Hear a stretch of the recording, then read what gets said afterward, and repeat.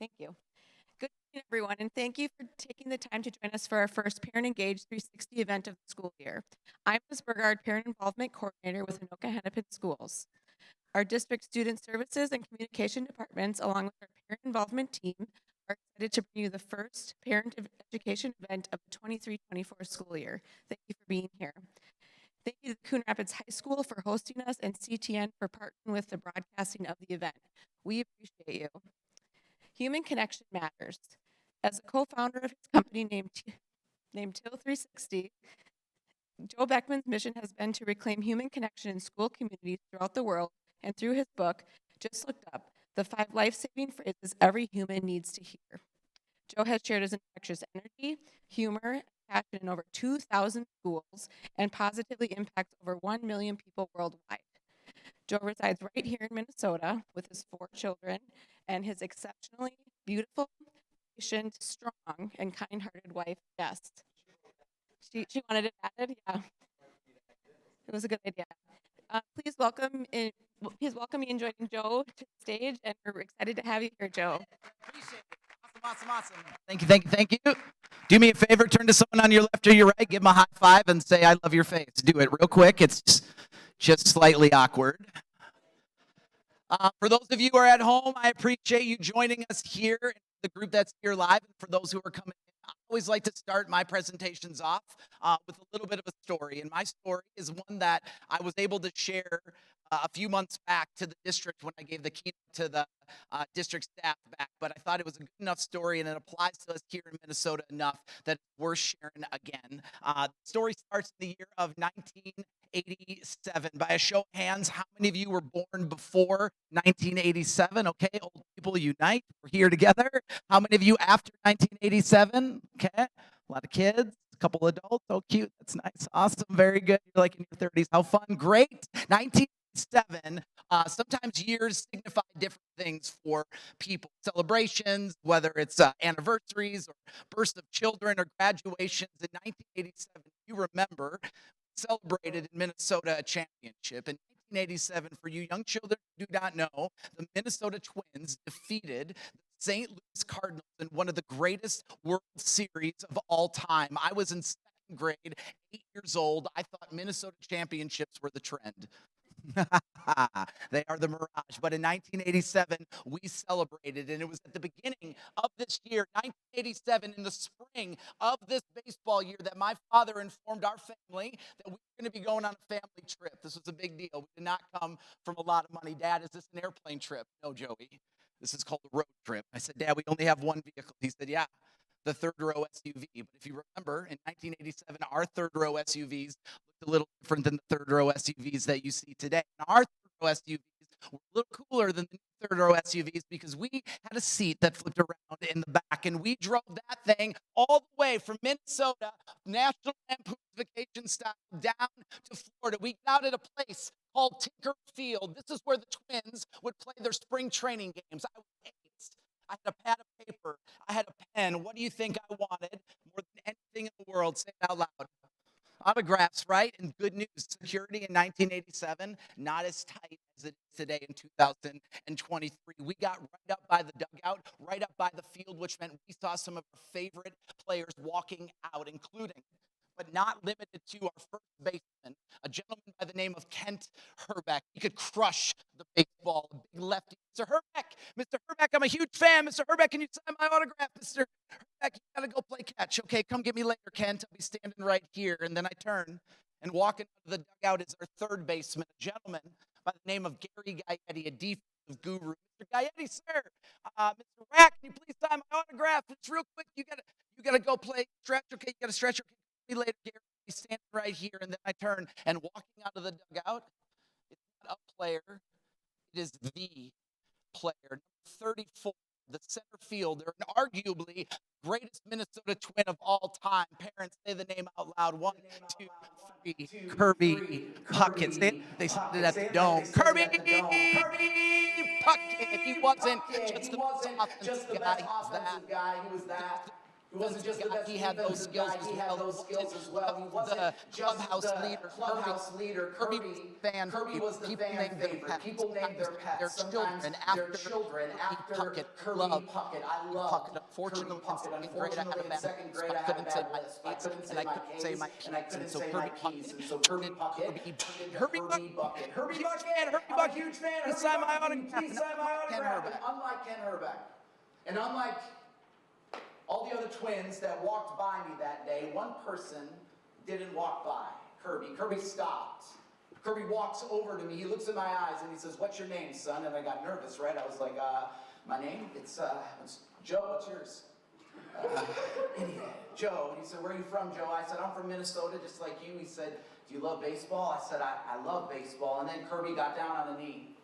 He took 30 seconds, looked me in the eyes, and he talked to me, a second grade kid, about baseball. And then he looked at my mom and he said, "Would you like a picture with me and your son?" And she said, "Yes, of course." But if you remember, this was 1987. There was only about a 14% chance that picture was going to turn out. And my mom was Catholic and frugal. I don't know why when you put the two together they matter. Trust me, children, they do. We had to pay for every picture back then, and my mom wasn't going to pay extra for anything she didn't need to pay for. So we got one picture that day. She got Kirby down on a knee. She starts, taking the jelly off my face with her thumb. I'm like, "Mom, get out of here," right? We got one picture that day. Please turn out. Please turn out. Please turn out. Sitting in my office to this day in a frame is that picture of me and my buddy Kirby Puckett. Hashtag no filter, young people.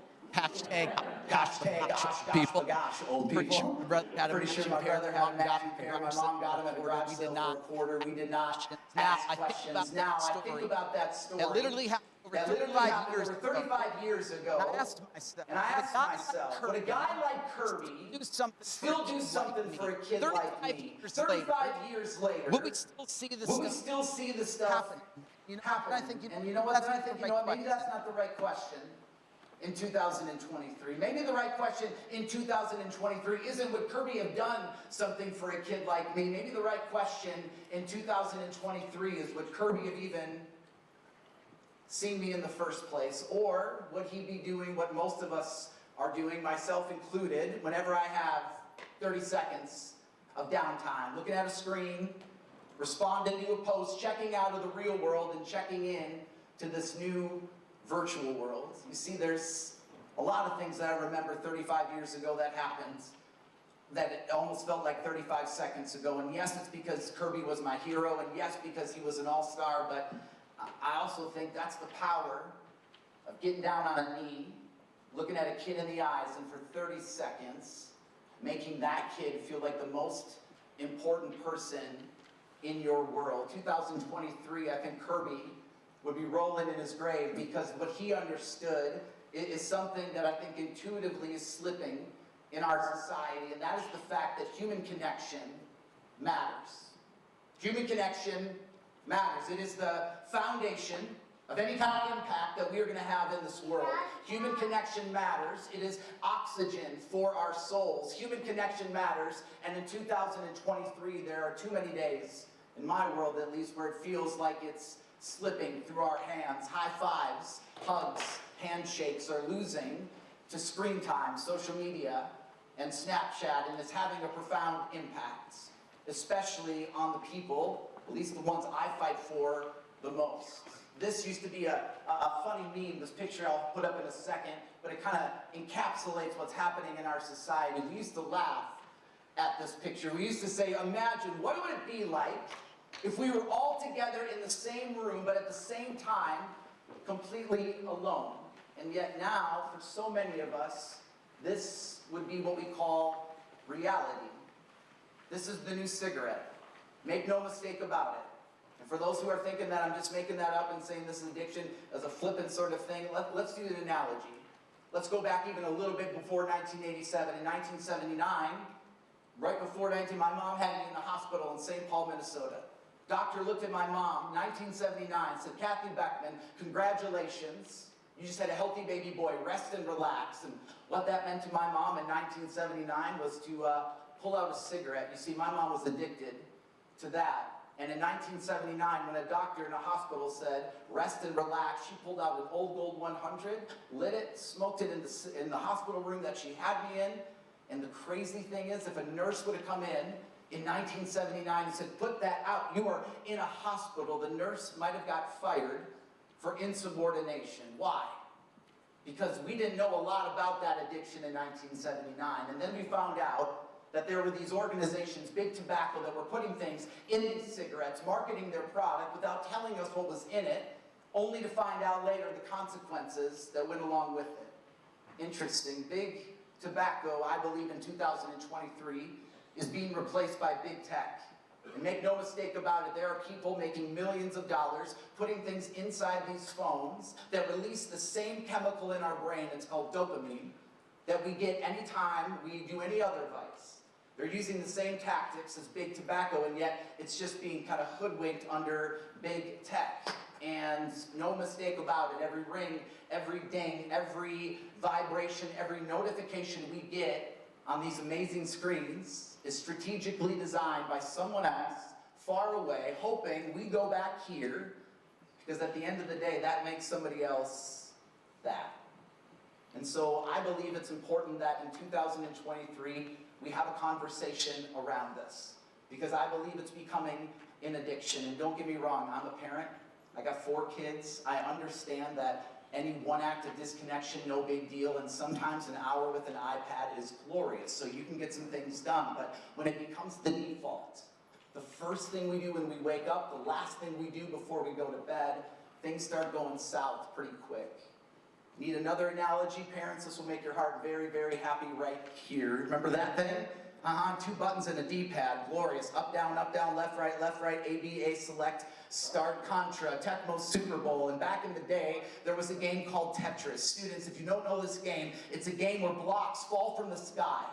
Our job is to organize these blocks to create straight rows. You do it correctly, you continue to play the game. You do it incorrectly, the blocks start to stack, the music starts to get louder, they start falling faster, and pretty soon it becomes game over. Here's my thought.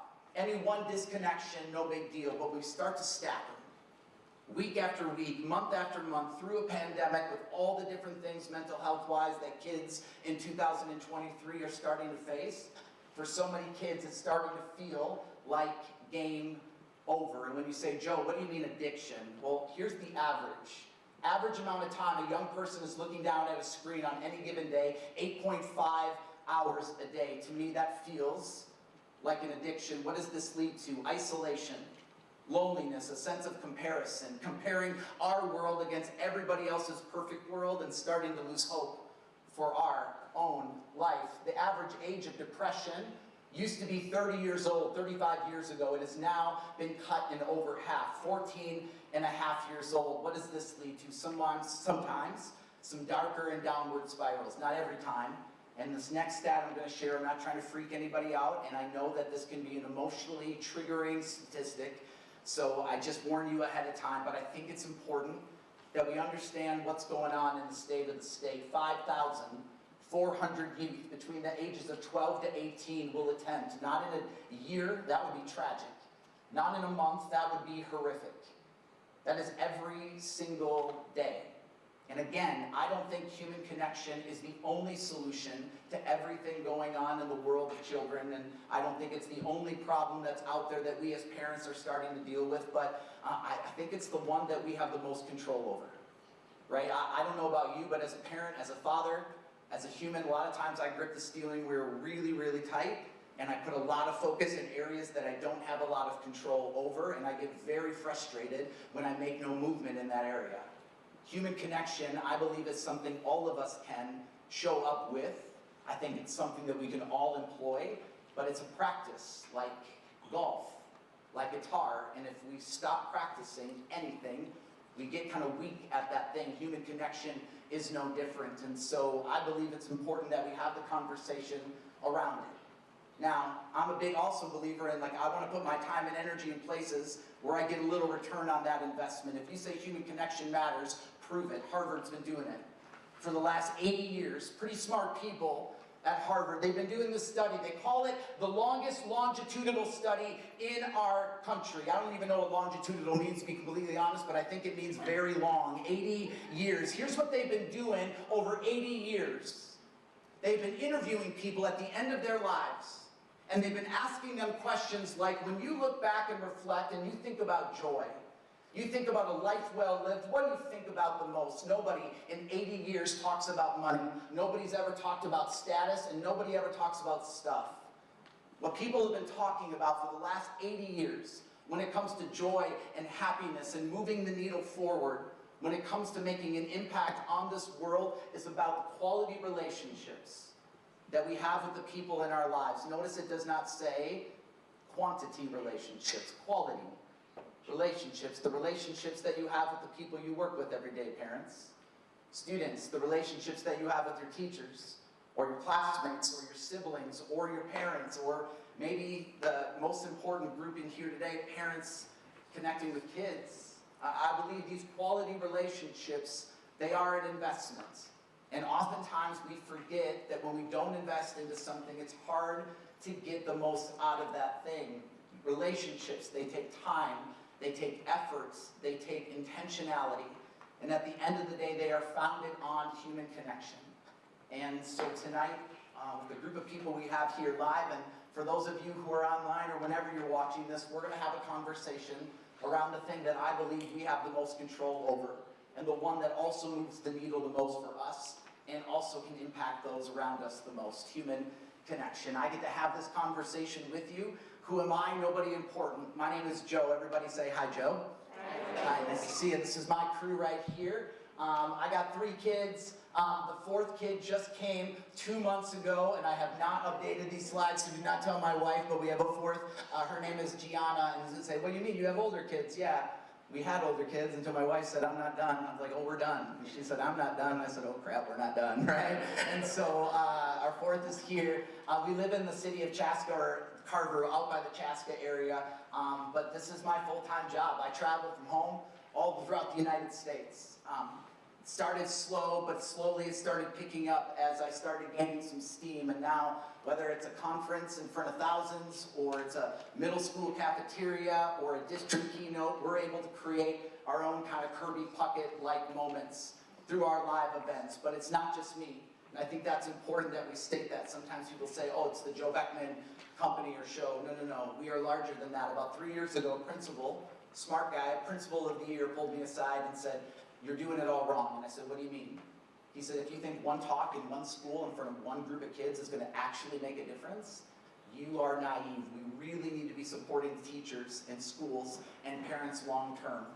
And so I challenge you to think bigger. And I said, man, you got a lot of great ideas, principal of the year guy. We want you to join our team. And he did.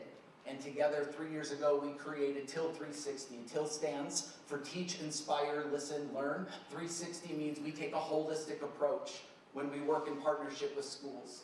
Sometimes it's student keynotes from our team of speakers like Tasha, or professional development sessions that Kurt and other people on our team lead. And other times it's through our videos. We have a whole library of videos and follow-up lessons called the Human Connection Hub. And then about 3 years ago, I wrote and I released this book called Just Look Up, 5 life-saving phrases every human needs to hear. We honestly thought this would sell 500 copies if we were lucky. 3 years later, this book has sold over 50,000 copies, and I guarantee it's not because of the book's complexity. It's because of the simplicity. I wrote it like I wrote my high school papers. Big font, lots of spacing. That's how I was able to get as many words in there as I was. And I took 5 phrases. Love you, talk about self-worth, push through, resilience, just look up, connection, fail on, growth mindset, and yay toast, gratitude. And we take these 5 ideas and we talk about how all of them are centered at the end of the day around connection with ourselves and connection with others in this world. And tonight, we're going to focus in just a few of those phrases, but I'm really excited and I just want to say thank you. I want to say thank you to the Parent Engage 360 group for putting this on, all the different people behind the scenes, and thank you for showing up on a cold night at the beginning of winter in Minnesota. I know you're busy, you have a lot on your plate, so my hope is around this conversation around human connection that there's a few objectives that everybody can walk away with. Number 1, My hope is you can take some of the stuff that we talk about and apply it outside of the home and into your work. Oftentimes we see that as separate things, and they are, but I believe the relationships and the connections we have with people we spend 8+ hours a day, that matters just as much as the one at home. And then obviously we hope you can take something and bring it into your life at home. And maybe this is a session for you. There's plenty of things I think in here, if I was out in the audience, that I know I would need to hear, and stuff that many times I think applies to us, not just other people in our lives, but our own heart. Everybody's coming in with their own story, different times, different situations, and maybe something tonight connects with you personally. That would be awesome. Now, 2 big disclaimers. Disclaimer number 1, none of this is easy. Human connection is hard. It is fraught with rejection. It is much easier to not talk to the person who's walking by us or make a connection. And so I don't walk into this conversation saying, hey, this is for everybody. No, this is for many of us outside of our comfort zone. It's not easy, but at the same time, I think we can also nod as adults when we say sometimes the most important things and the right things are the same things. So that's disclaimer number 1. Disclaimer number 2, if you came in here looking for the parenting experts, I think that might be down the hall to the left in one of the other classrooms, because it's not here. I'm on the front lines with you on this. I don't claim to have any of this figured out in everything I share tonight. I don't believe that I have a monopoly on these ideas. These are just my experiences as a parent, somebody who puts a lot of time and thought and effort into this topic, and somebody who works with kids quite a bit. And so take it with a grain of salt. There might be some things that you don't even agree with tonight. That is totally fine. But maybe we can walk out of here with something we can bring back to our lives in any way, shape, or form, which leads us to one quick greeting. This is a greeting that is like the cheat code. If you ever want to put a smile on somebody's face, if you're like, I'm going to create a little human connection today, I'm going to find somebody that I normally don't talk to, I'm going to go up to, this is what you're going to do, you're going to go up to them, you're going to give them a high five, and you're going to say this 4-word phrase right here. You're going to say, I love your face, and then just see what happens, and just wait. We're going to practice right now. Everybody give me an air high five and say, Joe, I love your face. 1, 2, 3. Now turn to one person on your left or your right, or at home, turn to them, give them a high five, say I love your face. One more time, here we go. Awesome, very, very good. So, I generally like to bring my guitar whenever we do these sessions, because I think it's important that we break up the message with some commercial breaks. And there's only really so much our brain can take in. And so I started playing guitar, and I kind of bring this back to the book. I won't spend a lot of time on this right now, but I think as parents we need to see this phrase, and we need to accept it.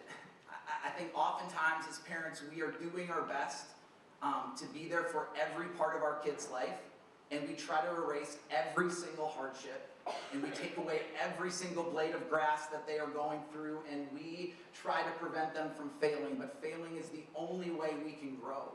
And as parents, if our jobs is to hopefully get our kids to be out there on their own, making decisions and choices that we are proud of and that we believe are in line with our values, it's important that we give them the opportunity to practice.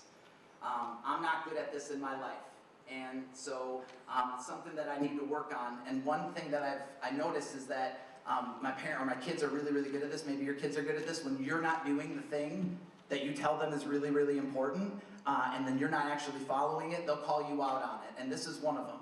I always tell my kids to try new things, and they called me out and said, what new have you tried? Or what's the new thing you're going to try? And I've always had my mind on this guitar. My sister, when we were little, she had this thing called a boom box. You guys remember boom boxes? Yeah, we used to put in these things called cassette tapes, and we would rock out to Motley Crue and Def Leppard and Bon Jovi, and I said, someday I want to rock out a guitar. And so this is something I've always wanted to do, but it's really only through the last 3 years that I've started putting into practice and failure over and over and over again, where I've been able to feel even somewhat confident to play in a big group, but I'm not the greatest singer, and so I generally ask for a choir when I do these presentations, but we didn't really have enough people to do a choir, so good news, you guys are now part of my choir, whether you like it or not. You're being videoed, so if I see any of you not singing, we're going to find you, identify you later. You can come up and sing a solo at the very, very end. And how about this? If you're here with a group of people, your family or whatever, or if you're solo, I'm feeling in a generous mood. We are going to give away a few books at the end of this presentation, but we have some of our shirts. Say, I Fight for Kids, and I Love Your Face. If I catch you and your group singing loudly and enthusiastically during the song, I might be generous enough to share. I only have like one that I can give out, so like don't feel bad if I don't give like 17 shirts out. But everyone's got to give an A for an effort or E for effort on this. Turn to someone on your left or your right now, point at them and say, you're about to sing. Tell them right now, you're about to sing. About to sing. Like it or not. Now I try to find a song that everyone kind of knows, and so this is one of them right here. You want to do the arms around your neighbor and sway back and forth, a little choreography, you certainly can do that. But we're going to start with the chorus, then we'll do verse 1, and then we'll do the chorus again. Children, you do not get to look at your parents like you're embarrassed by their singing. I've given them full permission. Here we go, 1, 2, sing it. Country roads, take me home, yeah, to a place I know I belong, West Virginia, yeah, my mama, take me home. Country road, I hope you're singing at home. First verse, almost heaven, oh I like the hands. West Virginia, Blue Ridge Mountains, Shenandoah River. Life is older, big finish. Life is older, older than the trees, younger than the mountains, floating, sing it. Country road, take me home to a place I belong, West Virginia, my mama, take me home. Country road, road, road, road, road. Give your neighbor a round of applause. They sounded great. You did as well. Awesome. Very cool. All right, let's jump into some of the big ideas that we really came here to talk about. So, let's go here. Because a lot of times people will say at these presentations, Joe, just give me the technique, give me the strategy that I can bring home. And when it comes to what, we can do a Q&A at the end too. Sometimes people ask, what's the right time to get my kid a phone, and when's the right time for social media and all that stuff, and do we have any sort of plan when it comes to the tech and the usage and the addiction that is happening right now in our world? Because here's the thing, tech ain't going away.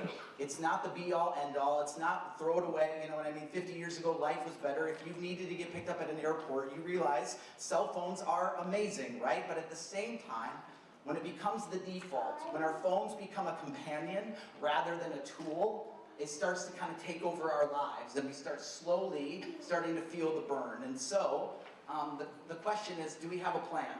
And tonight we're going to walk through a plan, and hopefully you'll be able to take something from that plan and apply it in your life. But I think the first part of this caveman screen plan starts with this phrase right here. Most of the time as a parent, when I enter a conversation with my children around something that I want them to take in, I've noticed that it usually starts better when I come in with the love sort of side of things. My kiddos, if I were to come home tonight and I were to say, hey, I just heard some weirdo backwards hat motivational speaker guy talk about cell phones, and we have 4 new rules we're going to throw down. What do you think? They would tell me to go fly a kite. But if I came into the conversation like this, hey, I was listening to the speaker tonight. He was okay, nothing great. But one of the things he said actually kind of stuck with me. And it's the fact that it is my job as a parent to lead you in a direction that I believe line up with our values. And so we had a conversation, and we're going to have kind of a conversation around our screen use so it lines up with our values, not because I don't love you, but because I love you so much that it is my job as a parent to have this conversation. And I believe when we enter this conversation like this in the space of love rather than rules or disciplinary action, most times the open minds are a little bit more open. And then I also think it's important, like we said, that we are living out the values we believe in, what we want from our kids as a family, which begs the question, what do we stand for? What do you stand for as a human, right? I often will look at my kids and say, what's important to you? And I want them to come up with some profound answer. And many times we don't even know some of these profound answers ourselves. They're not hard questions, right? But when we put our time and energy in so many different places, a basic question like what do you value and what you stand for can get kind of missed along the wayside. And so I want to center us all back into this question, and I want us to do an activity that will allow us to get really clear on what we stand for as humans or as a family. This is an activity called I Stand for This. And if you're at home, you can use the image on the screen to do this activity. And if you are here live, you should have that 8.5 by 11 sheet of paper on one side. It should be a list of the same values you see here. Now, if you're doing this individually, that's fine. If you're here as a family, I would ask that you do this together as a group. And what you're going to do is I'm going to give you about 75 seconds, maybe a little less, maybe a little more. It's not going to be enough time, so you're going to have to go quick. But in that time, you are going to identify, based on this sheet, your top values. You have 4 columns in each of the 4 rows. And for this first round, what I want you to do is I want you as a family or as an individual to circle the top 3 values, the ones that mean the most to you in each of the 4 rows. If somebody was to tell me about you or your family, you would hope that they would use the words you circle in this activity. You're going to have about 75 seconds. You're going to circle the top 3 in each of the 4 columns, and according to my Minnesota math, that should be a total of 12 by the time we are done. So again, if you're here individually, do this together or by yourself. If you're here with the family, do it together as a group. But we have about 75 seconds. Turn on a little bit of music. You can write or circle.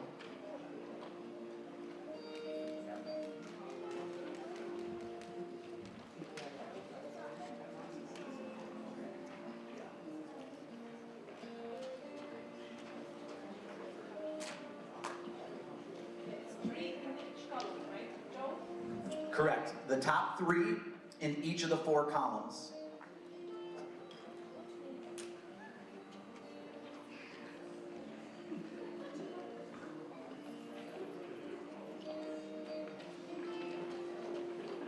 Okay, we're about halfway through.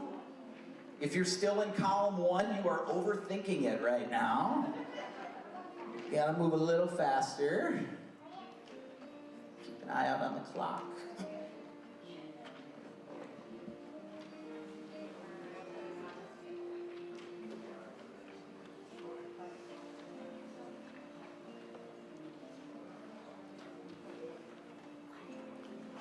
Okay. I'll give you another 15, looks like some people are still writing, so I'll give you another like 15, 20 seconds to finish up, and then we'll move on to the second part of the activity.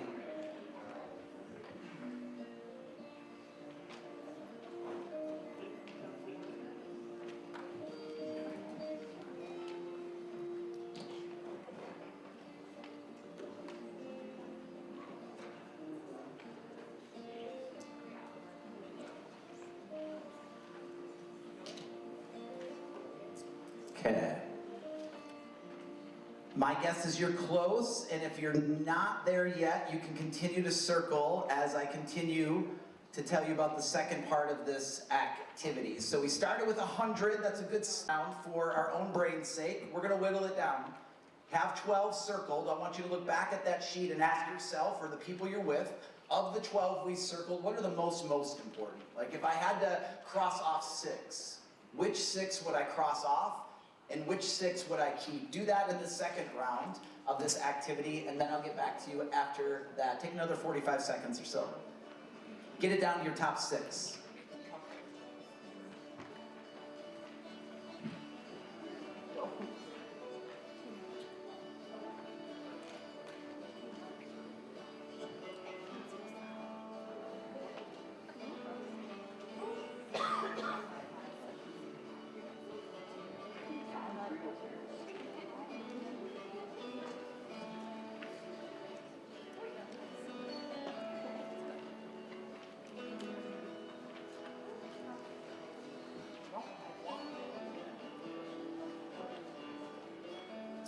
Okay. By the way, I see families here with littles. You guys are brave and courageous, and thank you for taking your children here. And children, you're doing such an awesome job of staying focused. I appreciate you so much. I know it can be a long presentation, and sometimes microphones get loud and soft at certain points, so you're doing a great job hanging in there. Great work. We're down to 6, or we're close to it, which then leads us to this card right here. As you walked in, you were supposed to grab one of these, by one per family or one per person. If you don't, we have some extras back there. I have a bunch up at the front of the stage I could grab for you too. And on it, you will notice that about halfway down, there are 3 mint green boxes. Notice it doesn't say 6 mint green boxes, because in the third and final round of this activity, as a family or as an individual, you're gonna get it down to your top 3. Once you have your top 3 values that you've identified are the most important to you, you're gonna write those down in these 3 mint green boxes and then put your family's name or your first name at that blank line at the very top. So do that now.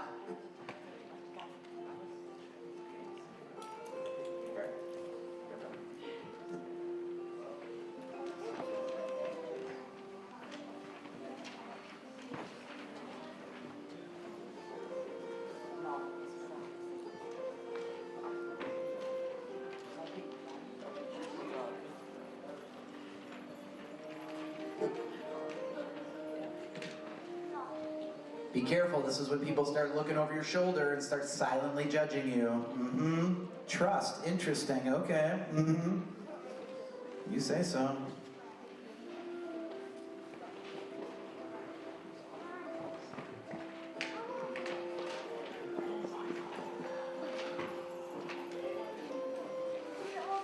Looks like most people are close. If you're just continuing to write, continue to do that, or if you're at home, and you don't have one of the cards that I shared because you don't have one of those, you're just really getting it down to your top 3, making a note of them in some way, shape, or form so that you can talk about them.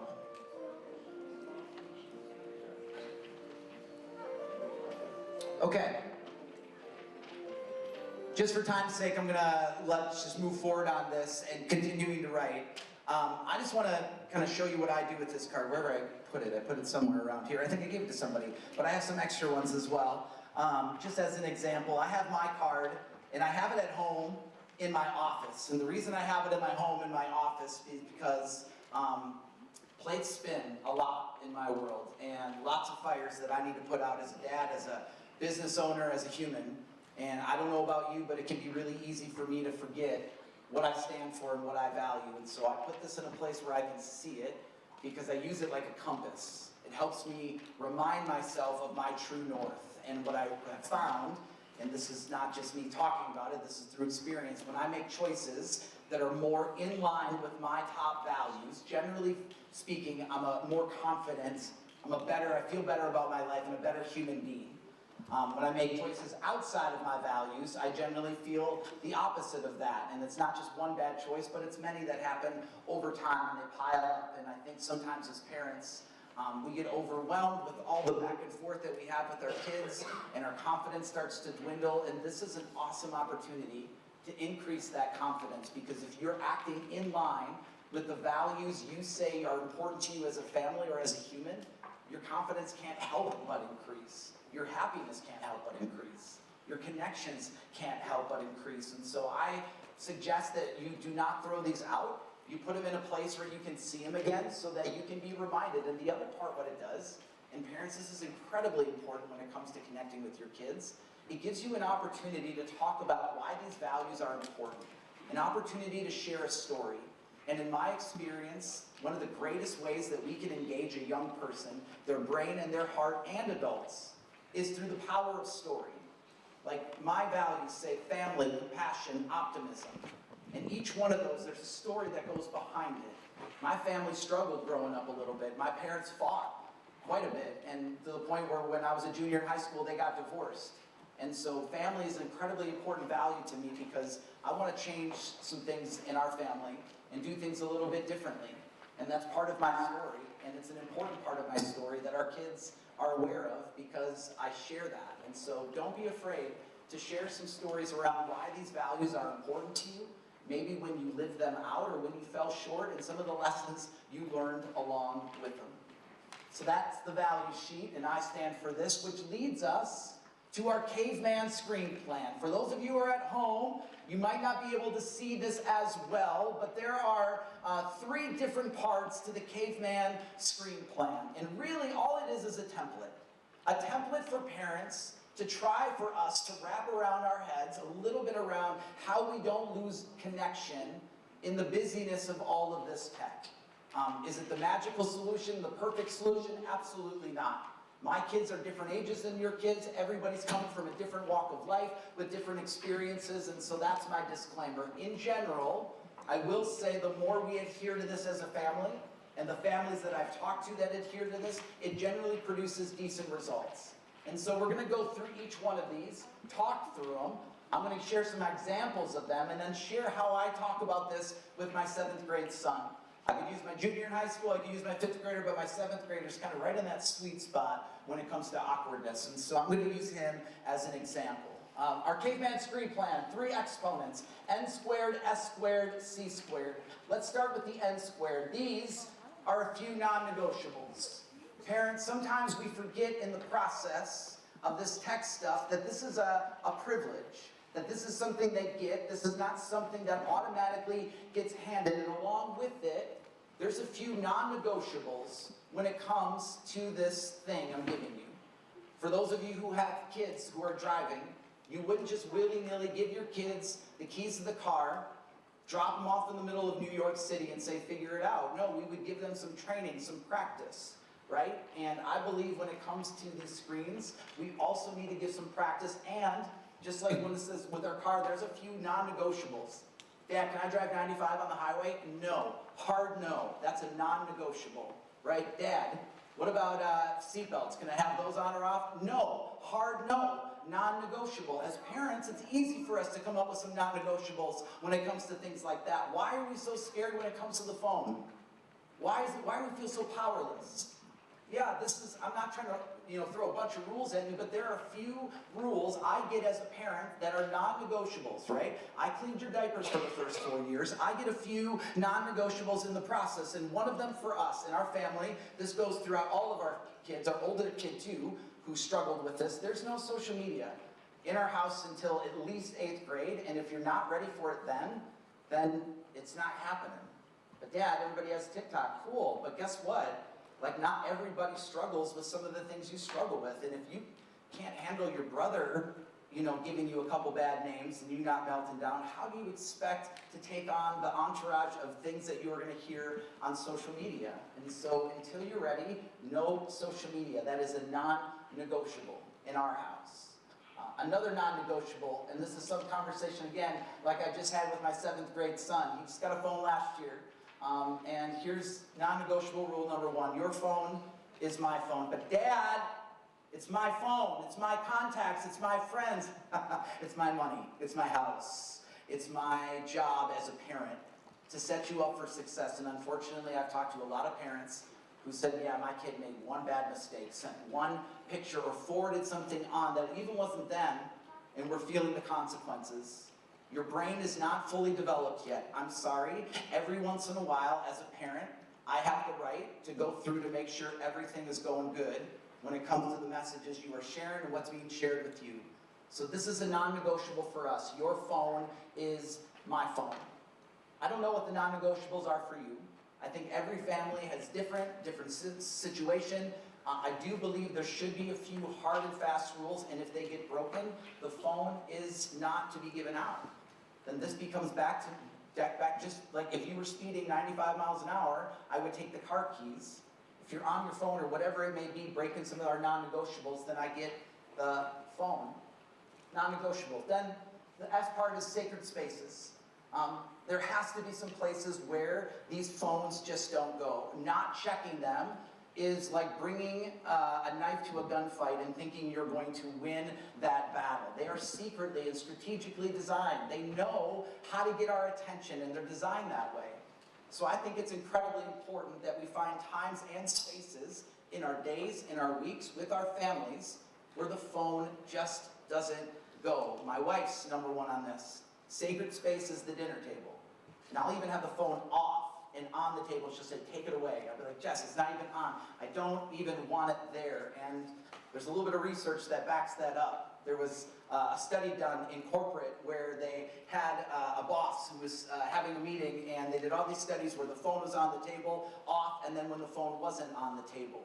The engagement in the people that was at that meeting increased significantly when the phone wasn't even present, even though it wasn't on, even though it wasn't vibrating, even though it wasn't going off in any way, shape, or form.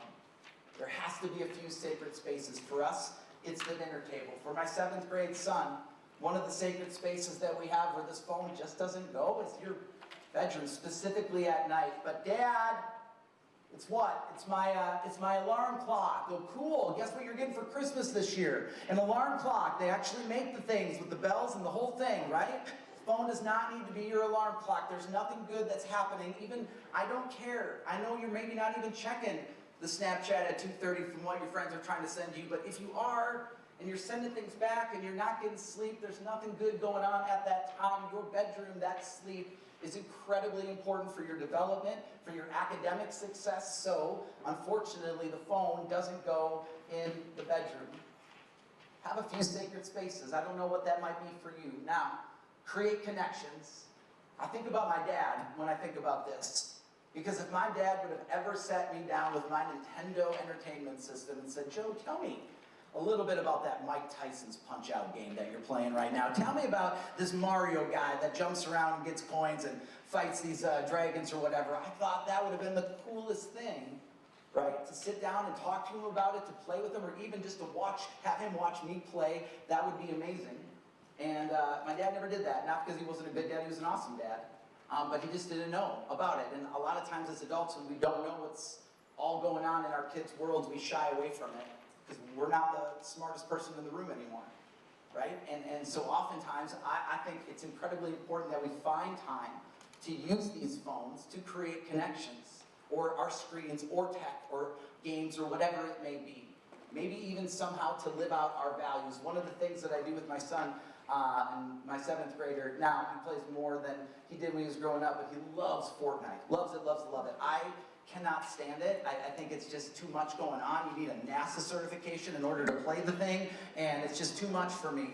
But when I sit down and he shows me about it, and I watch him and he explains to me what he's doing, and how he's building this and building that, and how different things are happening, where he's, all these things, it's an opportunity for him to be the genius, and for me to be the student. And it allows me to kind of check into his world and learn about some of the things that are going on that are important to him. That is an opportunity that we use to create connection. Another way I look at this is maybe there's a way that tech or screens in some way, shape, or form allows you to live your values out. Compassion was one of my top values. I use my screen every day to send one person and my phone contact. I scroll through it, find one random person, I send them a message, something personalized, but something along the line of, hey, thinking about awesome people today. Your name came to the top of my mind. Hope you're well. 9 times out of 10, I'll get a response back that said, hey, I really needed to hear that, or it's so great to hear from you, or whatever it may be. And I use that way, that opportunity to connect with somebody in a very fast way through tech as a way to infuse some of my values. So these are just 3 ideas. N squared, S squared, C squared, just a template, a formula around how we can make some decisions and how we can feel like we can take back a little of the power when it comes to parenting and when it comes to tech. Is it the end-all, be-all? Does it have all the solutions? No. But I believe when we start the conversation and we lead with love, we remind ourselves what we value, and we adhere to living those values out through our choices and our practices, and we can take some of these ideas around the caveman screen plan. I believe the conversation around tech and maybe the amount or the struggle you might be having currently in this moment with it, the conversation that you want to have with your kids, I believe will increase on a positive note and dramatically if we can go in that order. So in essence, that was the conversation tonight. I definitely wanted to save a little bit of time for questions because I think some people come into these with some things that they really want to know, and maybe in the presentation that doesn't get answered. By no means do I think I have all the answers to your questions, but I can do my best to try to give you some of my thoughts. So we'll do that at the very, very end of this. But before we go, I want to say thank you. And then I just want to throw one more thing out there that I came across the other day that I found incredibly important as a husband. There's a study that was done many years back by a social scientist by the name of Dr. John Gottman. He's a family therapist. And one of the things that he is known for is this study where he would interview married couples. He would interview them for 15 minutes, thousands of them, and over time he became very accurate at predicting whether that couple would stay together or whether that couple would not stay together. In one 15-minute conversation, he was able to predict, get this, with a 96.3 accuracy if you would be with this person years to come or if it would go in a different direction. What was he looking for in that 15-minute conversation? This ratio, 5 to 1. For every one negative, for every one roll of the eyes from the husband to the wife, or moving over on the couch from the wife to the husband, every arms crossed, every one negative interaction, he would count that and make a note. And then he would also count the positive interactions. Every time maybe the husband scooted closer, or put a hand on the shoulder, or said a kind word, or any kind of physical connection.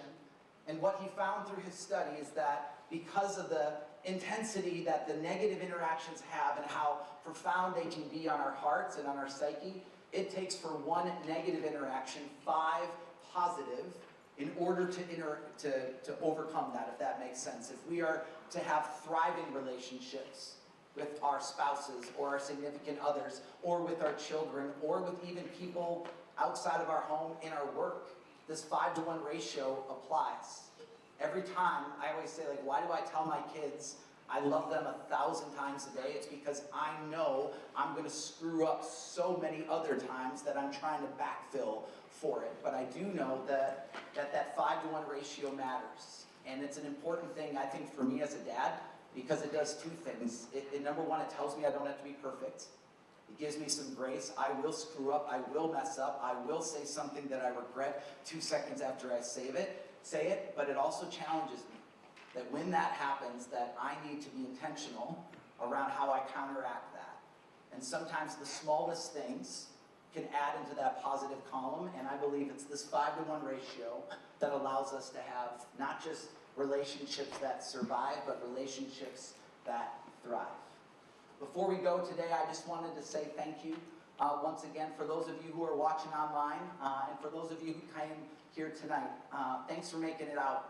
I know I promised a t-shirt to one of the people singing, and there was some mad choreography going right over here. So I don't know this trio right here, but come see me afterwards. You guys right there, you guys get your own little I Love Your Face t-shirt or I Fight for Kids, whatever size we have maybe available for you, but I want to say thanks. We're also going to be doing some giveaways of the book for the people who are here live, but if you're interested online or if you want to purchase a copy and you don't win, they're $20. I brought a bunch with me tonight.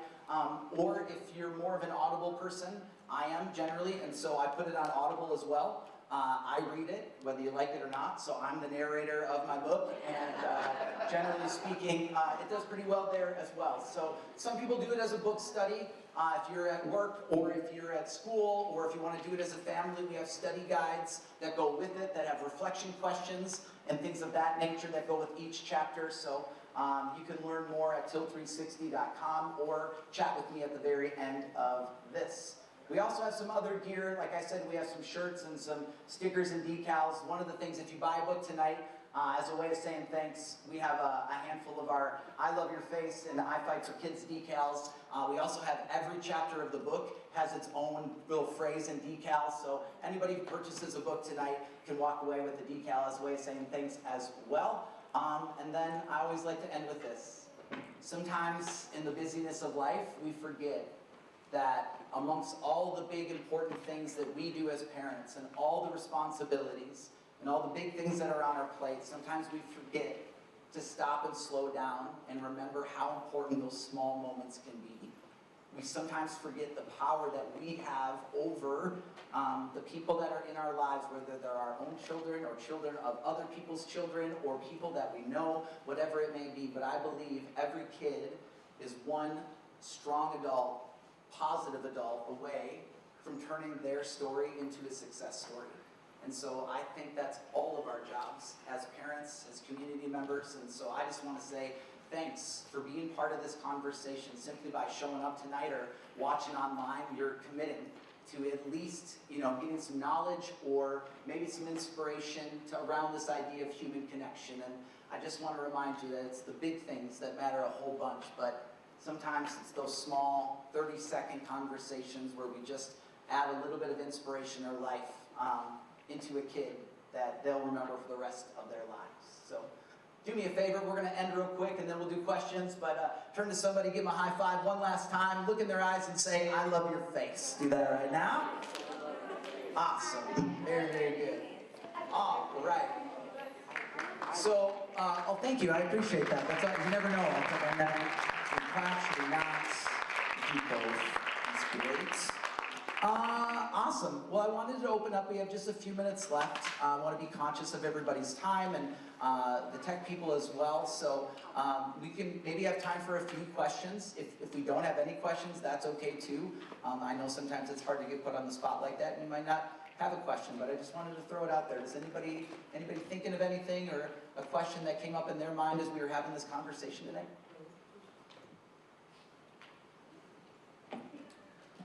Always weird to ask the first question. Here, I'll slowly get a glass or a drink of water and then you guys can.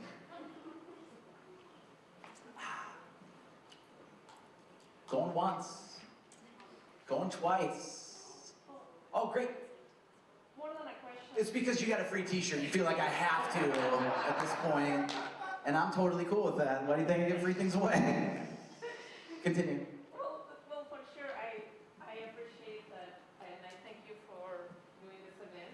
Yeah. Hopefully more people are watching.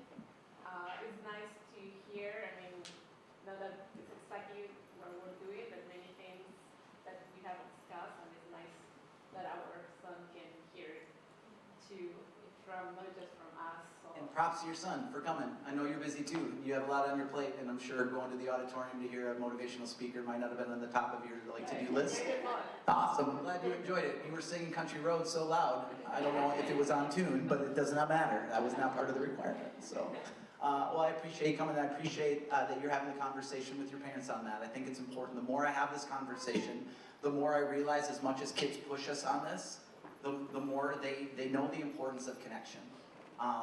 And one of the things, I was talking to a college professor who wrote a book for parents, and she's a very smart woman, and she talks to her college students a lot, and she said one of the things that her college students will say to her, in honesty, is that they wish their parents would have helped guide them a little bit differently when it came to this phone and maybe given them some more tools. And so as much as they're going to push us on this, and as much as they don't want to have the conversation, I think ultimately, maybe when they get older and their brain develops a little bit more, or even in the time now, they realize how important connection is, but they just need the permission in order to lean into it a little bit more, and by showing up tonight, you're doing that. So thanks for coming. Any other questions or thoughts, ideas?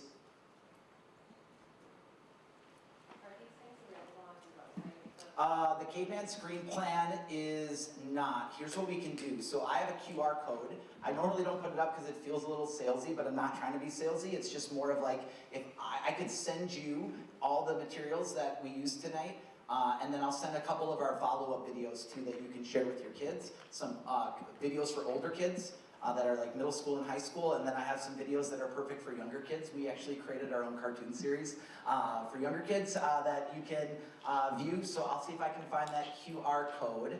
It's somewhere in the mix of slides here. And maybe what I'll do is I'll have Tim come up. I know that he was gonna kind of end things tonight for us, and so maybe as he's kind of saying his last few words, I can get this up. I think it's right. We have, if people register online too, we have your email address that Oh. we can send it out. So if you did not register online and would like to leave your email, you can put it on a single paper out and you can grab it. Yeah. Yep. And if you do want to be, we do an email list where like once a month we send some things out. So Tim, do you want to say, or is it going to be Liz? Say some closing words. Awesome. Liz, come on up, my friend. Appreciate you. Thank you very much, Joe, for being here tonight and sharing the importance of human connection with all of us. It's great to see you again. And he is going to be doing our district does a podcast, and he'll be doing a podcast with us at the end of the month as well. So we'll share a little bit more information there at that time. And then for the Parent Engaged 360 events, we have our second event coming up on February 29th at 6:30 at Champlain Park High School. It'll be featuring Beth Lovery. She's from NAMI, and NAMI's National Alliance on Mental Illness from Minnesota.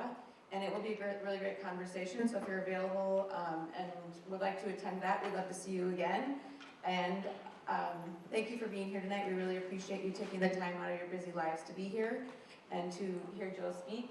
And we're just really grateful for you, Joe. So thank you. Appreciate you. Thank you very much. And then lastly, I have, we drew 4 names for 4 free books. So if your name is called, and I'm sorry, I'm going to try to pronounce your name correctly, but if I don't, please forgive me. You can come up here to Jean, and she can give you a free copy of Joe.